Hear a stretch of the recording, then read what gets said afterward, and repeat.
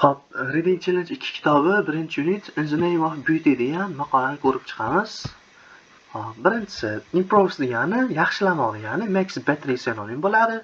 Culture degan madaniyat, bilish yoki normal ways da olasizlar. Powder kukun degani tiny piece of substance solid. Poison zahar, F ga variant bo'ladi. Drops shu tomchi, small amount of liquid, E variant. Mana ancient degani qadimiy degani very old ga sinonim bo'laveradi. Matnga o'tamiz. Cosmetics have been used throughout history. Kosmetikalar o'sha tarix davomida foydalanib kelinadi. The ancient Greeks, the Egyptians and Romans all used various kinds of makeup. Qadimgi Yunonlar, Misrliklar va Rimliklar make-upni turli xil variantlardan foydalanib kelishadi. Some of these cosmetics were used to improve one's appearance. Bu kosmetikalarning bir qanchasi o'sha kishini ko'rinishini yaxshilagan. Others were used to protect one's skin. Boshqalari bo'lsa, o'sha terini himoyalagan. However, in some cases, things used for makeup were dangerous or even deadly.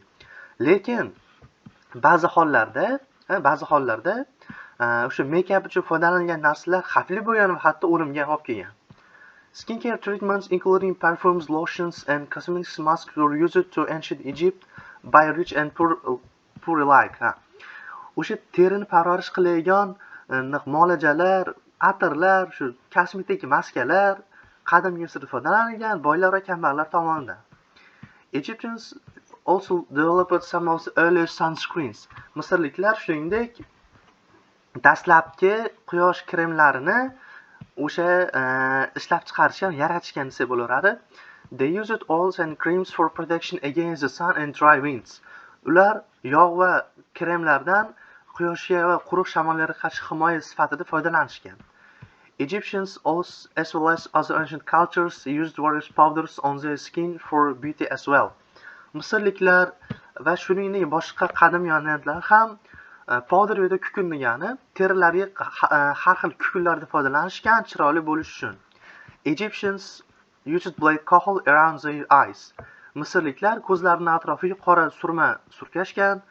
Romans put white chalk on their faces. Rimliklar bo'lsa yuzlariga oq melni qo'yishgan ekan.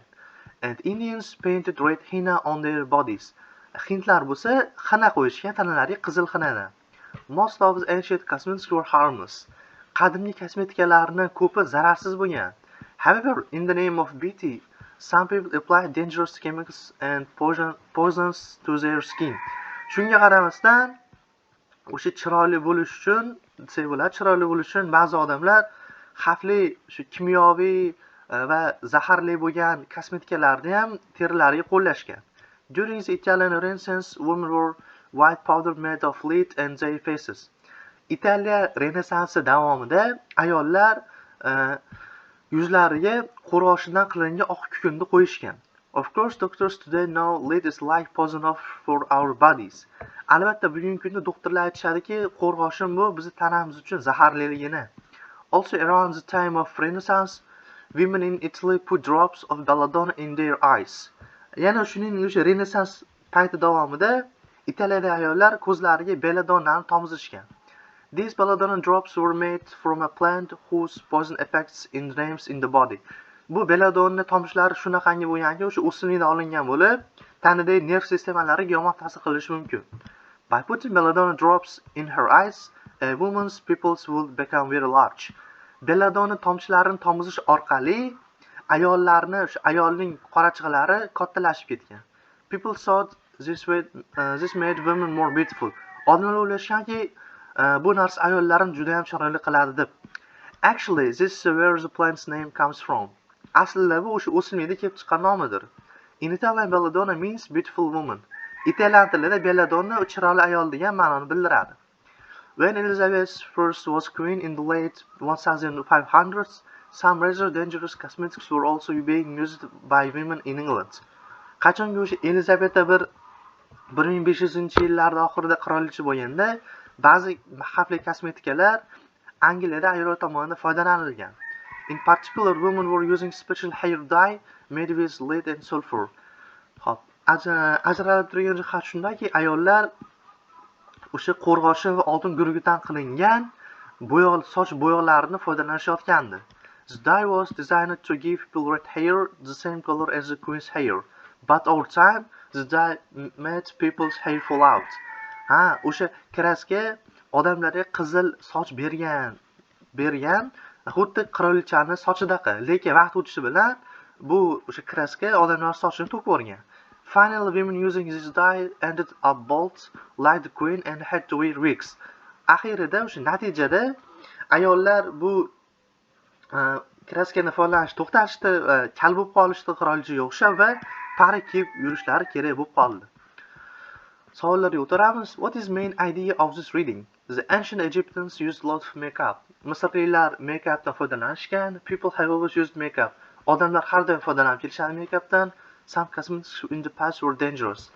Ba'zi kosmetikalar o'sha o'tmishda zararli bo'lgan. Italian women had best makeup. Italiyalik ayollarda eng zo'r pardozlar bo'lgan.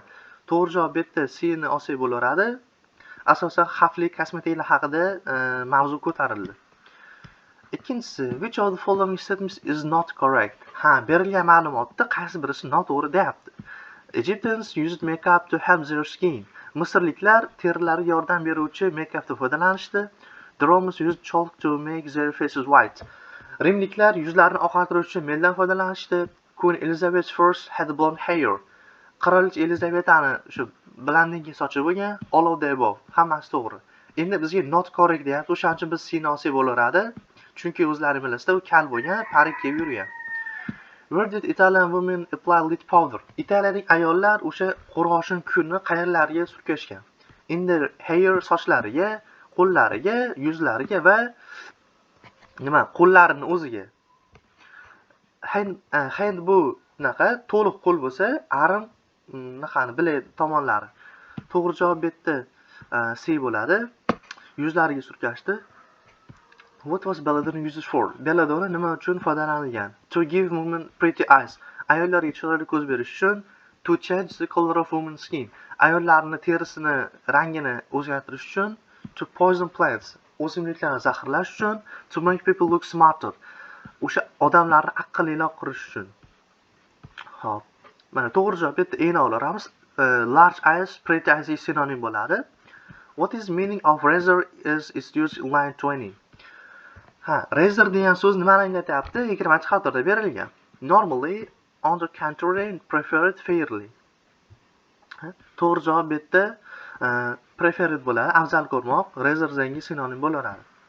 Idiomalarga o'tamiz. In some cases, ba'zi hollarda in the name of uchun end up axiri nimadir bo'lish. Teachers found students did better on longer exams. Xo'p. Boshida kelish kerak ekan, mana. Mana yerdan bilsa bo'ladi, in some cases boshida kelyapti. Demak, biz in some cases olsak bo'laveradi. Let's follow the map or we may. Xo'p. Ke deyapti, shu xaritaga qarab yurib yoki biz yo'qolib qolishimiz mumkin. Yoki biz oxirida yo'qolib qolishimiz mumkin desa ham bo'laveradi. End upda olsak bo'laveradi. We must keep fighting freedom. Biz ozodlik nimasidir kurashimiz kerak. Ozodlik uchun kurashimiz kerak bo'lsa, in the name of olaveramiz. Okay, summary-ga o'tamiz. Also have been used all throughout history. Ha, nimalar foydalanilayotganda tarix davomida kosmetiklar olaveramiz biriga, ikkiga. In fact, some cosmetics also have been quite to people. Ba'zi hollarda aslida o'shalarni ba'zi birlar odamlarga nima bo'lgan? Xavfli bo'lgan, dangerous olaveramiz. Xo'p, for example, long ago in Italian people, italiyalik nimadirlar, odamlar o'sha katta ko'zga bo'lishni nima qilishgan? Hop, in the name of drops. Mana drops da olaveramiz. Tomizishgan o'sha tomchilarni. Therefore, beauty women began to put. Yo'q, to'xtanglar. Ha, 3ga Italian culture olaveramiz. Italian culture bo'ladi. Hop, to'g'rinchi therefore, in the name of beauty, women began to put drops of belladonna. Drops mana 5 ga olaveramiz ekan. Okay. Belladonna, however, is poisonous and it can affect the tanada nimaga ta'sir qiladi? Nervlarga, nervous. Bo'ldi, mana. Xo'p, qaranglar. Birinchisiga cosmetics bo'ldi, ikkinchisiga dangerous bo'ldi, uchinchisiga culture bo'ldi, to'rtinchisiga in the name of bo'ldi, beshinchisiga drops bo'ldi, oltiga nervous bo'lyapti. Testga o'tamiz. Creams can make our skin. Hop, kremlar bilasizlar o'zlaring terini nima qildiradi? Silliqlashtiradi. Smooth bo'ladi, to'g'ri javob D ni olamiz. I think it will rain soon. I just felt men his qilyapman, yomg'ir yog'ishi mumkin. O'zini qanaqa his qiladi endi bu? I just felt a drop. Drop degan bu yomg'ir tomchisini ham drop desa bo'laveradi. Shu yomg'ir tomchisi tushganini aytyapti. If you need perfume, you should go to stores that sells cosmetics bo'ladi. To'g'ri javob mana. Agar sizga atir kerak bo'lsa, o'sha kosmetikalar sotiladigan do'konga bor. Joan of Arc tried to lead her army to fight. O'sha John Arc deyapti, armiyasini jang qilish undadi. Nima uchun? Hop, endi gap having to do in some case. Mana in the name of din olamiz. O'sha Xudo nomi bilan jang qilaman deb undagan ekan. She sat on the beach all day. Now her is red. U sohilda kun bo'yi yotdi deyapti, o'tirdi deyapti. Hozir uni nimasidir qizil. Endi u teriga ta'sir qiladi, skinda osib bo'laveradi. That's not dust on the floor, it's a face. Bu polda turgan chang emas. Bu nima? Yuz nimasi? Yuz kukuni. Powder osib bo'laveradi. D variant. Be careful, some of those chemicals are. Ehtiyot bo'l deyapti. Bu o'sha kemikallarda, ximikat, o'sha make-uplarda ba'zi birlar nima bo'lishi mumkin? Xavfli bo'lishi mumkin. Dangerous da olaveramiz. The people living in the rainforest hunt with arrows. O'rmonda yashagan odamlar qanaqa o'qlar bilan ovlashadi? Zaharli o'qlar bilan. Be the poisonous da olaveramiz. Sifat bo'lib keladi. The country is unique. There is no other culture like that. Like it. Bu davlat qanaqadir yagona, qanaqadir tarzda yagona. Xo'p. Culturally bo'ladi, sini olaveramiz. The new and soap seems very similar to the old soap. Yangi va nimadir qilingan bo'lish kerak, chunki sifat kelyapti. Nimadir qilingan sovun eski sovunga juda o'xshab ketadi. Improved olsa bo'laveradi, C variant kelyapti mana.